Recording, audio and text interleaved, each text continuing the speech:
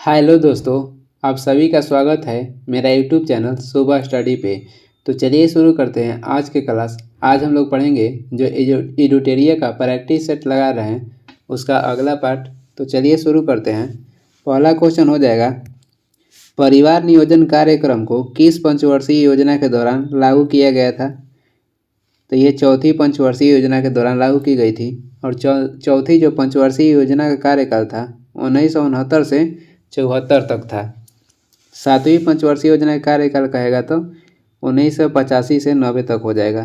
पाँचवीं पंचवर्षीय योजना का कार्यकाल था 1974 से 78। ये पहली पंचवर्षीय योजना थी जो कि 1 वर्ष कम तक चली थी, यानी कि 5 साल पहले ही ये इसको समाप्त कर दिया गया था। पंचवर्षीय योजना की शुरुआत हुआ था 1951 से। दूसरी पंचवर्षीय योजना का कार्यकाल है 1956 से 61 तक। वही परिवार नियोजन अपनाने वाला पहला देश कहेगा तो अपना देश भारत हो जाएगा, जो कि 1952 में अपनाया था। पंचवर्षीय योजना रूस देश से ली गई है। 2 नंबर हो जाएगा, सर्वप्रथम खाद्यान्नों पर न्यूनतम समर्थन मूल्य को किस वर्ष शुरू किया गया था। ये शुरू किया गया था 1964 में। IDBI के स्थापना किया गया था 1964 में ही। ललित कला के स्थापना किया गया था 1954 में, जो कि दिल्ली में है। भारत में एसटीडी सेवा की शुरुआत की गई थी 1960 में और ये कानपुर से लखनऊ के बीच में हुआ था। 3 नंबर क्वेश्चन हो जाएगा, सुंदरी वृक्ष निम्नलिखित में से किसकी एक विशेष प्रकार की वनस्पति है। सुंदरी वृक्ष जो है ज्वारीय वन का एक प्रकार का विशेष वनस्पति है।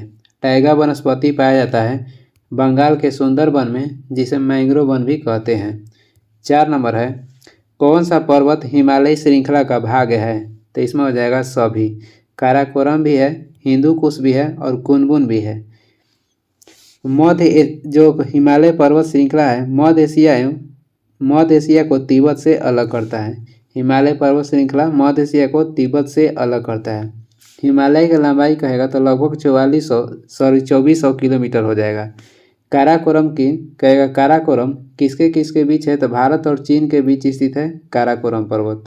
आगे देखेंगे, 5 नंबर हो जाएगा, क्षारीय मृदा को भारत में अन्य किस नाम से जाना जाता है। क्षारीय मृदा को भारत में कल्लर के नाम से भी जाना जाता है। पुरानी जलोढ़ मिट्टी को बांगर कहते हैं और नई जलोढ़ मिट्टी को खादर कहते हैं। भारत में सबसे अधिक जलोढ़ मिट्टी पाई जाती है और इसमें पोटास की मात्रा सर्वाधिक होती है। लाल मिट्टी प्राकृतिक से अम्लीय होता है और इसमें नाइट्रोजन और फास्फोरस की मात्रा अधिक होती है। लाल मिट्टी में बाजरा की खेती सर्वाधिक होती है और मोटे अनाज के भी। 6 नंबर हो जाएगा, निम्नलिखित में से कौन एक एशिया और यूरोप के मध्य सीमा नहीं बनाता है। तो इसमें जो स्वेज नहर है ये एशिया और यूरोप के मध्य सीमा नहीं बनाता है। स्वेज नहर एशिया को अफ्रीका से अलग करता है। स्वेज नहर का निर्माण जो है 1854 में शुरू किया गया था और बनकर तैयार हुआ 1869 में और 1956 में इसका राष्ट्रीयकरण किए थे कर्नल नासिर ने। स्वेज नहर की लंबाई कहेगा तो 168 किलोमीटर है। और बाकी देख लेते हैं। बाकी जो है यूराल पर्वत हो गया, काकेशस पर्वत हो गया, कैस्पियन सागर हो गया, ये तीनों एशिया को यूरोप से अलग करता है। विश्व की सबसे बड़ी कहेगा कि झील कौन सी है। तो कैस्पियन सागर हो जाएगा। आगे देखेंगे 7 नंबर, निम्नलिखित में से कौन सा कथन असत्य है। तो इसमें से सी असत्य हो जाएगा। छोटा नागपुर पठार की उच्चतम चोटी जो गुरु शिखर नहीं है, ये अरावली पर्वत का सबसे ऊंची चोटी हो जाएगा गुरु शिखर, जिसकी ऊंचाई हो जाएगा 1722 मीटर। बाकी ऑप्शन देखते हैं। दक्षिण भारत की उच्चतम चोटी कहेगा तो अनाईमुडी हो जाएगा और नीलगिरी का सर्वोच्च शिखर कहेगा तो ये हो जाएगा दोदा बेटा। मेघालय पठार का सर्वोच्च शिखर कहेगा तो नौकरेक है। 8 नंबर हो जाएगा, निम्नलिखित में से कौन सा नगर भूमध्य रेखा के सबसे निकट है। भूमध्य रेखा के सबसे निकट हो जाएगा सिंगापुर। मेगादिशु जो है ये सोमालिया की राजधानी है। श्रीलंका की राजधानी कहेगा तो कोलंबो हो जाएगा। श्रीलंका के एक और राजधानी है श्री जयवर्धनीय कोटे। और भूमध्य रेखा से जो भूमध्य रेखा की लंबाई है भारत की दक्षिण बिंदु से कहेगा कितनी दूरी पर भूमध्य रेखा है। भूमध्य रेखा के लंबाई भारत के दक्षिणी बिंदु से है 876 किलोमीटर और भारत की दक्षिणी बिंदु कहेगा तो कन्याकुमारी हो जाएगा। मनीला ये फिलीपींस की राजधानी है और एशियाई विकास बैंक जिसका गठन किया गया था 1966 में, इसका मुख्यालय कहेगा तो मनीला ही है जो कि फिलीपींस की राजधानी है। आगे देखेंगे IUCN का मुख्यालय कहाँ स्थित है। IUCN का फुल फॉर्म हो जाएगा international union for conservation nature और इसका मुख्यालय हो जाएगा स्विट्जरलैंड में। इसका गठन कहेगा तो 1948 में किया गया था। केन्या की राजधानी हो जाएगा नैरोबी और संयुक्त राष्ट्र संघ इसका मुख्यालय न्यूयॉर्क हो जाएगा। यूनेस्को के मुख्यालय हो जाएगा पेरिस। यूनेस्को के गठन किया गया था 1945 में। रामसर संधि पर भारत ने किस वर्ष हस्ताक्षर किए थे। रामसर संधि पर भारत हस्ताक्षर किया 1 फरवरी 1982 में। रामसर सम्मेलन जो पहली बार हुआ था ईरान देश में 1971 में और भारत में वर्तमान में रामसर साइट की संख्या 75 है। सर्वाधिक कहेगा रामसर साइट किस राज्य में है, तमिलनाडु में हो जाएगा 14। आगे देखेंगे 11 नंबर क्वेश्चन हो जाएगा वातावरण के जैविक के अजैविक घटकों के अंतःक्रिया से विकसित तंत्र को क्या कहते हैं, तो ये हो जाएगा पारिस्थितिकी तंत्र। पारिस्थितिकी तंत्र शब्द जो है पहली बार एजी टांसले ने दिए थे और पारिस्थितिकी शब्द का प्रयोग सर्वप्रथम अर्नेस्ट हैकेल ने किए थे। जैव विविधता वर्ष भारत में घोषित किया गया था 2002 में और जैव विविधता का शब्द पहली बार किसने दिया था, WG रोसेन दिए थे। 12 नंबर हो जाएगा रामसर सूची में सूचीबद्ध डिपोर झील किस राज्य में स्थित है। रामसर सूची में शामिल किया गया डिपोर झील भारत के किस राज्य में स्थित है, तो ये स्थित है असम में। और कांवर ताल एक है बिहार का, जो रामसर साइट है कांवर ताल झील ये बिहार का है। कर्नाटक का रामसर साइट हो जाएगा रंगनाथीतू। नंदा झील जो रामसर साइट है ये गोवा में स्थित है। और सर्वाधिक रामसर साइट कहेगा कि किस राज्य में है, तो तमिलनाडु में है। कितना तो सर्वाधिक रामसर साइट वाला राज्य हो जाएगा तमिलनाडु, जो कि यहाँ 14 रामसर साइट है। आगे देखेंगे 13 नंबर हो जाएगा अनुसूचित क्षेत्रों तथा अनुसूचित जनजातियों के प्रशासन का नियंत्रण के बारे में उपबंध संविधान के किस अनुसूची में शामिल है, 5वीं अनुसूची में। अनुसूचित क्षेत्रों तथा अनुसूचित जनजातियों के प्रशासन का नियंत्रण के बारे में उपबंध संविधान के किस अनुसूची में शामिल है, तो ये अनुसूची हो जाएगा 5वीं। केंद्रीय जो अधिकारी हैं वो उनका शपथ कहेगा तो अनुसूची 3 किस अनुसूची में उल्लेख किया गया है, शपथ तो अनुसूची 3 में। 4थी अनुसूची में है राज्यसभा में सीटों का आवंटन का उल्लेख हो जाएगा 4थी अनुसूची में। 6ठी अनुसूची में 4 राज्यों का प्रशासन के बारे में उल्लेख किया गया है। ये 4 राज्य कौन कौन से हैं, तो असम हो जाएगा, त्रिपुरा हो जाएगा, मेघालय हो जाएगा और मिजोरम हो जाएगा।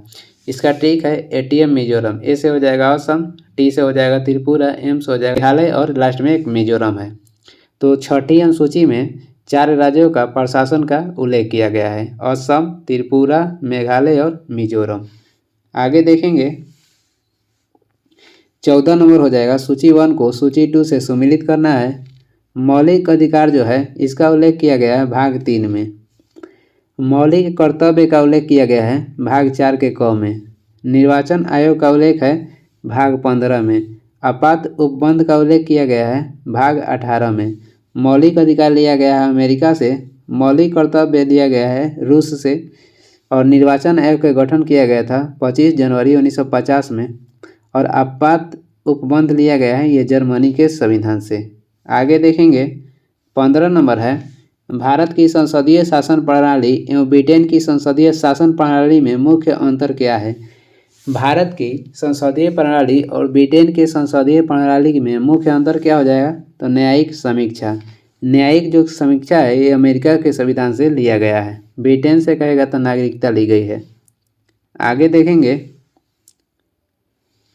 भारतीय संविधान के निम्नलिखित अनुच्छेदों में कौन विधायक सत्ता पर पूर्ण नियंत्रण लगाता है। भारतीय संविधान के निम्नलिखित अनुच्छेदों में कौन विधायक सत्ता पर पूर्ण नियंत्रण लगाता है, तो ये हो जाएगा अनुच्छेद 14। अनुच्छेद 21 में प्राण एवं दैहिक स्वतंत्रता की बात की गई है। राज्य मंत्रिपरिषद निम्न में से किसके प्रति उत्तरदायी होता है? राज्य जो मंत्रिपरिषद है ये विधानसभा के प्रति उत्तरदायी होगा और केंद्र में कहेगा तो लोकसभा के प्रति उत्तरदायी होगा। राज्यपाल का क्षमादान की शक्ति का उल्लेख अनुच्छेद 161 में है और राष्ट्रपति का क्षमादान की शक्ति अनुच्छेद 72 में उल्लेख किया गया है। मुख्यमंत्री की नियुक्ति जो है राज्यपाल करते हैं अनुच्छेद 164 के तहत। आगे देखेंगे, एक व्यक्ति ग्राम पंचायत का चुनाव लड़ना चाहता है, उसकी उम्र कितनी होनी चाहिए? ग्राम पंचायत का चुनाव लड़ने के लिए कम से कम उम्र होना चाहिए 21 वर्ष या इससे ऊपर। वोट देने का अधिकार कहेगा तो 18 वर्ष से ऊपर आपका जब उम्र हो जाएगा तो आप वोट देने का अधिकार के क्षेत्र में आ जाते हैं। वोट देने का जो अधिकार है यानी कि जो उम्र था 61वां संविधान संशोधन 1989 में 21 वर्ष से घटाकर 18 वर्ष कर दिया गया था। आगे देखेंगे, 19 नंबर हो जाएगा, निम्नलिखित में से किस संविधान संशोधन द्वारा पंचायतों को संवैधानिक दर्जा दिया गया? तो ये संविधान संशोधन था 73वां संविधान संशोधन जो कि 1992 में हुआ था और लागू हुआ था 1993 में। 74वां संविधान संशोधन का संबंध नगर पालिका से है। 42वां संविधान संशोधन 1976 में हुआ था और इसमें मौलिक कर्तव्य जोड़ा गया था स्वर्ण सिंह समिति के तहत। आगे देख लेंगे, 20 नंबर हो जाएगा, भारतीय संविधान के अनुसार निम्नलिखित में से कौन एक भारतीय का मूल अधिकार नहीं है? तो इसमें हो जाएगा अपना शिक्षण संस्थान बनाने पर प्रतिबंध। बाकी ऑप्शन देख लेते हैं। कानून के समक्ष समानता का उल्लेख अनुच्छेद 14 में है। धर्म की स्वतंत्रता कहेगा तो अनुच्छेद 25 से 28 तक है। भाषण देने का स्वतंत्रता हो जाएगा अनुच्छेद 19 में। मौलिक अधिकार का उल्लेख कहेगा तो अनुच्छेद 12 से 35 तक है। 12 से 35 तक। मौलिक अधिकार में संशोधन कहेगा तो संसद कर सकता है और मौलिक अधिकार का निलंबित कर सकता है राष्ट्रपति। संशोधन संसद करेगा और निलंबित या निलंबन करेगा राष्ट्रपति। आगे देखेंगे, 21 नंबर है, निम्नलिखित में से कौन सा कथन सत्य है? इसमें वित्त आयोग संवैधानिक निकाय है, ये कथन सत्य है। वित्त आयोग जो है ये संवैधानिक निकाय है। वित्त आयोग का गठन का उल्लेख किया गया है अनुच्छेद 280 में और वित्त आयोग का गठन किया गया था 1951 में। बाकी ऑप्शन देखते हैं। वित्त आयोग को संसद नियुक्त करती है। वित्त आयोग की नियुक्ति संसद नहीं करती है, इसका उल्लेख संविधान में ही है। वित्त आयोग में 5 सदस्य होते हैं। वित्त आयोग में 5 सदस्य नहीं होते हैं। वित्त आयोग में 4 सदस्य होते हैं और एक अध्यक्ष होता है और ये दोनों का नियुक्ति जो करते हैं राष्ट्रपति करते हैं। वित्त आयोग में 5 सभी मिला के यानी कि एक अध्यक्ष और 5 सदस्य मिला के सब मिलाकर 5 होते हैं। आगे देखेंगे, 22 नंबर हो जाएगा, निम्नलिखित में से कौन सी समिति कैग के ऑडिट रिपोर्ट की जांच करती है? यानी नियंत्रक एवं महालेखा परीक्षक के जो ऑडिट रिपोर्ट है उसको जांच करेगी। तो ये समिति है लोकलेखा समिति। लोकलेखा समिति का गठन हुआ था 1921 में और इसमें लोकसभा से 15 सदस्य होते हैं और राज्यसभा से 7, टोटल इसमें 22 सदस्य होते हैं। प्राक्कलन समिति का गठन हुआ था 1950 में और इसमें सभी लोकसभा के 30 सदस्य होते हैं। प्राक्कलन समिति को लोकलेखा समिति का जुड़वा बहन कहते हैं। आगे हो जाएगा 23 नंबर, किलोखरी को अपनी राजधानी किस शासक ने बनाया?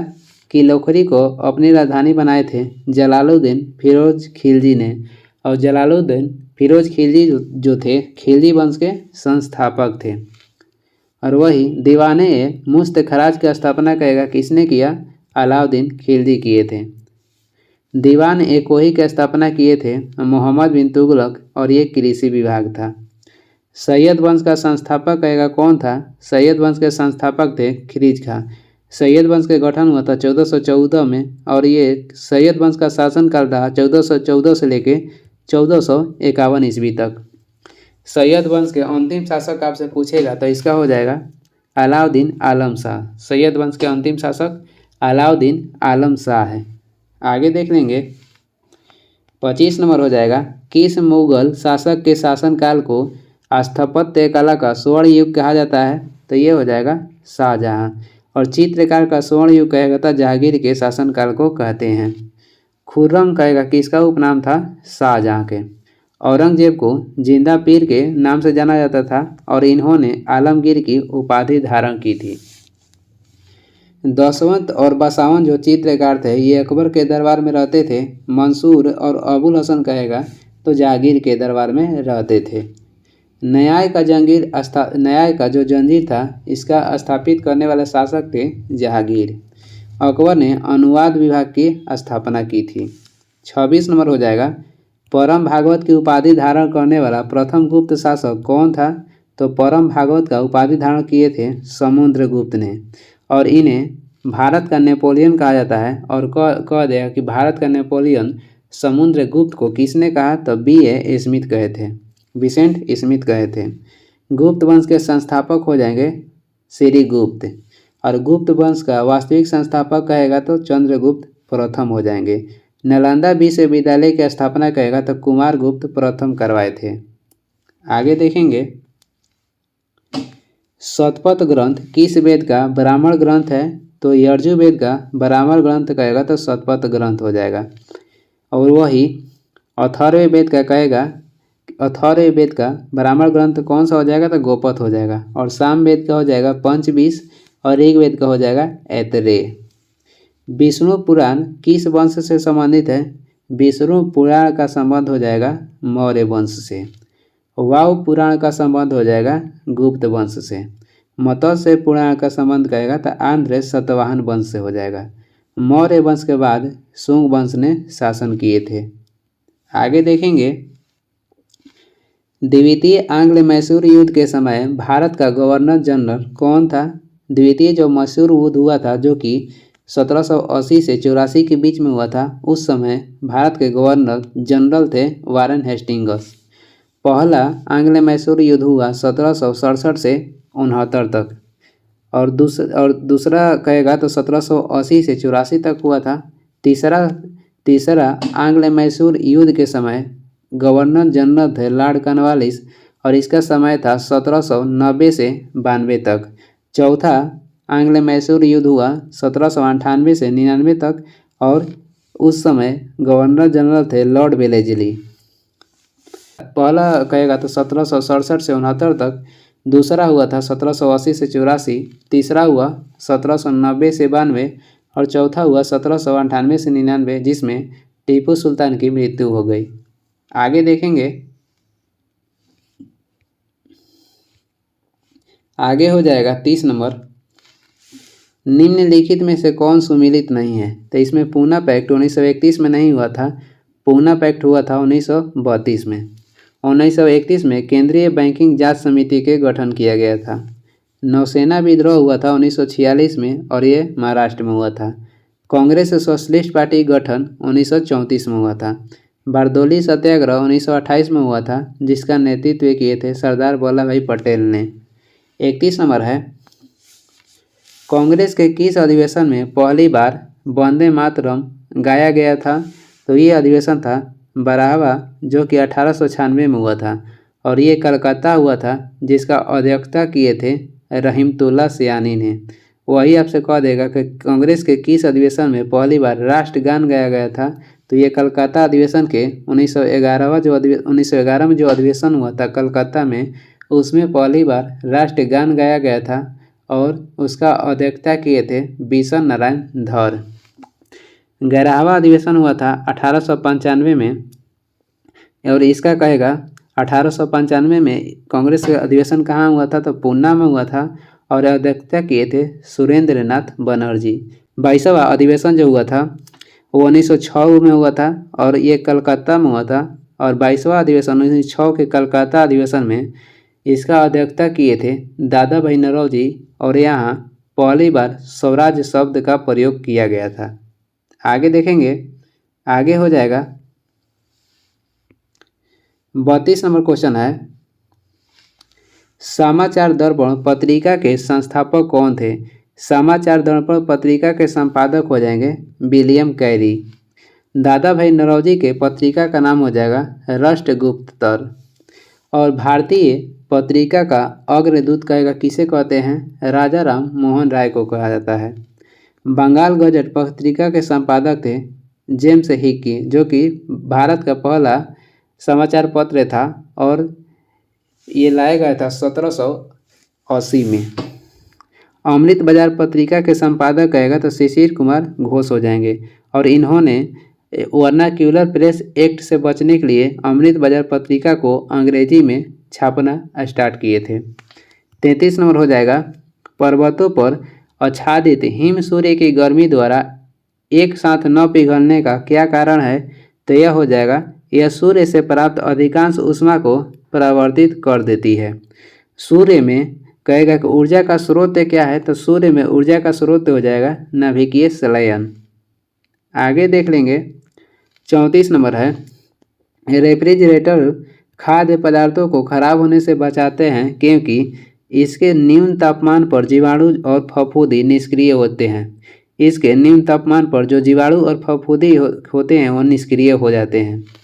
रेफ्रिजरेटर से जो CFC यानी कि क्लोरोफ्लोरोकार्बन गैस निकलता है, ये ओजोन परत को हानि पहुंचाता है। गुरुत्वाकर्षण बल निम्नलिखित में से किस स्थान पर सबसे कम होता है? गुरुत्वाकर्षण बल विषुवत रेखा पर न्यूनतम होता है, ध्रुव पर अधिक होता है और केंद्र पर 0 होता है। 23.5 डिग्री उत्तरी अक्षांश को कर्क रेखा कहते हैं और 23.5 डिग्री दक्षिणी अक्षांश को मकर रेखा कहते हैं। 36 नंबर हो जाएगा, कपड़ों पर लगे हल्दी के दाग पर जब क्षारीय प्रकृति वाला साबुन रगड़ते हैं तब उस धब्बे का रंग भूरा लाल हो जाता है। ऐसा क्यों होता है? तो हल्दी एक प्राकृतिक सूचक है। हल्दी जो है तना का उदाहरण है और इसमें अलग अलग हो जाएगा, यानी कि आलू भी है और प्याज भी है। आलू, प्याज और हल्दी जो है ये तना का उदाहरण है। मूली, गाजर और शकरकंद कहेगा तो ये सब जड़ का उदाहरण हो जाएगा। आगे देखेंगे, 37 नंबर क्वेश्चन है, फ्लोरेंटेड ट्यूब में साधारणतः कौन सा पदार्थ का प्रयोग किया जाता है? तो उसमें पारा का वाष्प आर्गन का प्रयोग किया जाता है। सोडियम का कार्य है रक्तचाप का नियंत्रण करना और शरीर में जल का जो संतुलन है बनाए रखना। आगे देखेंगे, 38 नंबर हो जाएगा, निम्नलिखित में से कौन टिंडल प्रभाव को प्रदर्शित करता है? तो इसमें हो जाएगा दूध और पानी का मिश्रण, ये टिंडल प्रभाव को प्रदर्शित करता है। कॉपर सल्फेट का विलयन और नमक का घोल ये समांगी मिश्रण का उदाहरण है। DNA में कौन सी शर्करा पाई जाती है? तो इसमें पाई जाती है डीऑक्सीराइबोज। डीऑक्सीराइबोज जो है DNA में शर्करा के रूप में पाई जाती है। DNA के खोज किए थे वाटसन और क्रिक ने 1953 में और यही खोज के लिए यानी कि DNA खोज के लिए उनको नोबेल पुरस्कार दिया गया था 1963 में। आगे देखेंगे, 40 नंबर हो जाएगा, केवल पादप कोशिकाओं में पाए जाने वाले कोशिकांग निम्न में से कौन है? तो ये हो जाएगा प्लास्टिड। केवल पादप कोशिकाओं में पाए जाने वाले कोशिकांग हो जाएंगे प्लास्टिड। और लाइसोसोम की का खोज किसने किया था? डी दुबे किए थे 1958 में। तारक केंद्र क्या है? तो ये तारक केंद्र जो है यूकैरियोटिक कोशिका में पाए जाते हैं। जीवाणुओं की कोशिका भित्ति निम्नलिखित में से किसकी बनी होती है? जीवाणु की जो कोशिका भित्ति होती है और ये बनी होती है पेप्टिडोग्लाइकन का। और शैवाल को जो कोशिका भित्ति होती है ये सेलुलोज का बनी होती है। शैवाल की कोशिका भित्ति सेलुलोज की बनी होती है और शैवाल जो है ये जलीय पौधा है। जीवाणु के खोज किए थे लीमनहॉक 1676 ईस्वी में। और कौवा की कोशिका भित्ति कहेगा तो काइटिन की बनी होती है। आगे देखेंगे, 42 नंबर क्वेश्चन हो जाएगा, कार्बोहाइड्रेट उपापचय को निम्नलिखित में से किसके द्वारा नियंत्रित किया जाता है? तो यह नियंत्रित किया जाता है इंसुलिन द्वारा। इंसुलिन जो है बीटा कोशिका से निकलती है। एड्रेनलिन को लड़ो या उड़ हार्मोन के रूप में जाना जाता है या जीवन रक्षक हार्मोन के रूप में जाना जाता है। थायरॉक्सिन जो हार्मोन है ये थायराइड ग्रंथि से स्रावित होती है। 43 नंबर हो जाएगा, निम्नलिखित में से सबसे अधिक जंतु किस संघ में पाया जाता है? तो आर्थ्रोपोडा संघ में सबसे अधिक जंतु पाए जाते हैं। आर्थ्रोपोडा संघ में आते हैं मच्छर, मक्खी और तेलचाट्टा। मोलास्का संघ में घोंघा आता है। वही इकाई मोडरेटा संघ में आता है तारा मछली और बीटल स्टार। आगे देखेंगे 44 नंबर हो जाएगा। मानव शरीर की सबसे बड़ी मिश्रित ग्रंथि है। मानव शरीर की सबसे बड़ी मिश्रित ग्रंथि कह देगा तो अग्नाशय हो जाएगा। अग्नाशय जो है अंतःस्रावी और बाह्यस्रावी दोनों है। और केवल सबसे बड़ी ग्रंथि हो जाएगा यकृत। और सबसे बड़ी अंतःस्रावी ग्रंथि कहेगा तो थायराइड हो जाएगा। अमाशय में जठर रस जो है मौजूद होते हैं और इससे हाइड्रोक्लोरिक अम्ल निकलता है। 45 हो जाएगा। रदरफोर्ड के परमाणु मॉडल की त्रुटियों को दूर किसने किया? तो ये दूर किए थे नील्स बोर। नील्स बोर ने परमाणु की संरचना की खोज किए थे। प्रोटॉन के खोज किए थे गोल्डस्टीन ने और इलेक्ट्रॉन के किए थे जे थॉमसन ने और न्यूट्रॉन के खोज किएगा तो चैडविक ने किए थे। आगे देखेंगे 46 हो जाएगा। एल्कोहल से ईथर बनाने की विधि में उत्प्रेरक के रूप में निम्न में से किसका प्रयोग किया जाता है? तो ये प्रयोग किया जाता है गर्म एल्यूमिना का। एल्कोहल से ईथर बनाने की विधि में उत्प्रेरक के रूप में निम्न में से किसका प्रयोग किया जाता है? गर्म एल्यूमिना का। और वनस्पति तेल से कृत्रिम घी बनाने में प्रयोग किया जाता है निकेल का। क्लोरीन गैस बनाने के डिकन विधि में क्यूप्रिक क्लोराइड का प्रयोग किया जाता है। सल्फ्यूरिक अम्ल बनाने के सीसा कक्ष विधि में कहेगा तो नाइट्रोजन के ऑक्साइड का प्रयोग किया जाता है। साबुन गिरिज को किस विधि द्वारा अलग करता है? साबुन गिरिज को किस विधि द्वारा अलग करता है या हटाता है? तो ये हो जाएगा पायसीकरण द्वारा। जो गंदा पानी को कहेगा फिटकिरी साफ करता है तो उसमें अस्कंदन विधि द्वारा होता है। आगे देखेंगे 48 हो जाएगा। निम्नलिखित में से कौन सुमेलित नहीं है? तो इसमें हो जाएगा ओली की जो शाखा है ये संस्कृति और सभ्यता का प्रतीक नहीं है। ओली की शाखा शांति का प्रतीक होता है। कबूतर पक्षी भी शांति का प्रतीक होता है। उल्टा जो झंडा है ये संकट का प्रतीक है। 49 नंबर हो जाएगा। दिल्ली का मोती मस्जिद किस मुगल शासक के द्वारा बनवाया गया था? दिल्ली के मोती मस्जिद बनवाए थे औरंगजेब। वही कह देगा कि आगरा के किले में मोती मस्जिद किसने बनवाया था? शाहजहां हो जाएंगे। जहांगीर का लेख उत्कीर्ण है। कौशाम्बी अशोक के जो कौशाम्बी स्तंभ है उस पे जहांगीर का लेख का उत्कीर्ण किया गया यानी कि उल्लेख किया गया है। आगरा के किला, लाहौर के किला, इलाहाबाद के किला और पंचमहल के निर्माण करवाए थे अकबर। आगे देखेंगे 50 नंबर है। वारकरी संप्रदाय की स्थापना किसने की? तो ये किए थे तुकाराम। तुकाराम मुगल शासक जहांगीर और शाहजहां दोनों के शासनकाल के समकालीन थे। आगे कुछ वन लाइनर है देखते हैं। न्याय का जंजीर के रूप में जाना जाता है जहांगीर को, यानी कि न्याय का जंजीर किसने स्थापित किया था? जहांगीर ने। जहांगीर के बड़े पुत्र थे खुसरो। खुसरो ने गुरु अर्जुन देव की सहायता से जहांगीर के खिलाफ विद्रोह किया। खुसरो की सहायता करने के कारण जहांगीर ने गुरु अर्जुन देव को फांसी की सजा दी और ये 1606 में दिए थे। इसके शासनकाल में मुगल चित्रकला अपने चरमोत्कर्ष पे पहुंचा, यानी कि सबसे उत्तीर्ण रूप में पहुंचा। आगे देखेंगे इसके दरबार में रहने वाले प्रमुख चित्रकार थे उस्ताद मंसूर, अबुल हसन एवं बिशन दास एवं मोहम्मद मुराद थे। दसवंत एवं बसावन कहेगा तो ये अकबर के दरबार में रहते थे। इसने संस्कृत भाषा के विद्वान जगन्नाथ को पंडित राज की उपाधि दी। अशोक के कौशाम्बी स्तंभ पर जहांगीर का लेख उत्कीर्ण है। इसके शासनकाल में कैप्टन हॉकिंस और सर थॉमस रो भारत आए। जहांगीर के मकबरा का निर्माण नूरजहां ने करवाया था। आगे देख लेते हैं।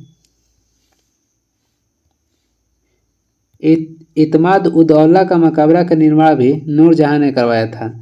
नूरजहां का वास्तविक नाम कहेगा तो मेहरुन्निसा था। मयूर सिंहासन का निर्माण करवाया था शाहजहां ने।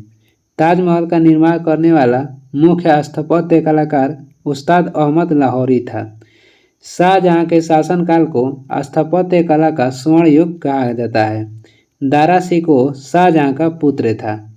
आगे देखेंगे दारा शिकोह ने सर अकबर नाम से उपनिषदों का अनुवाद करवाया। इसके अतिरिक्त इसने भागवत गीता एवं रामायण का भी फारसी में अनुवाद करवाया। दारा शिकोह को शाह बुलंद इकबाल के रूप में जाना जाता है।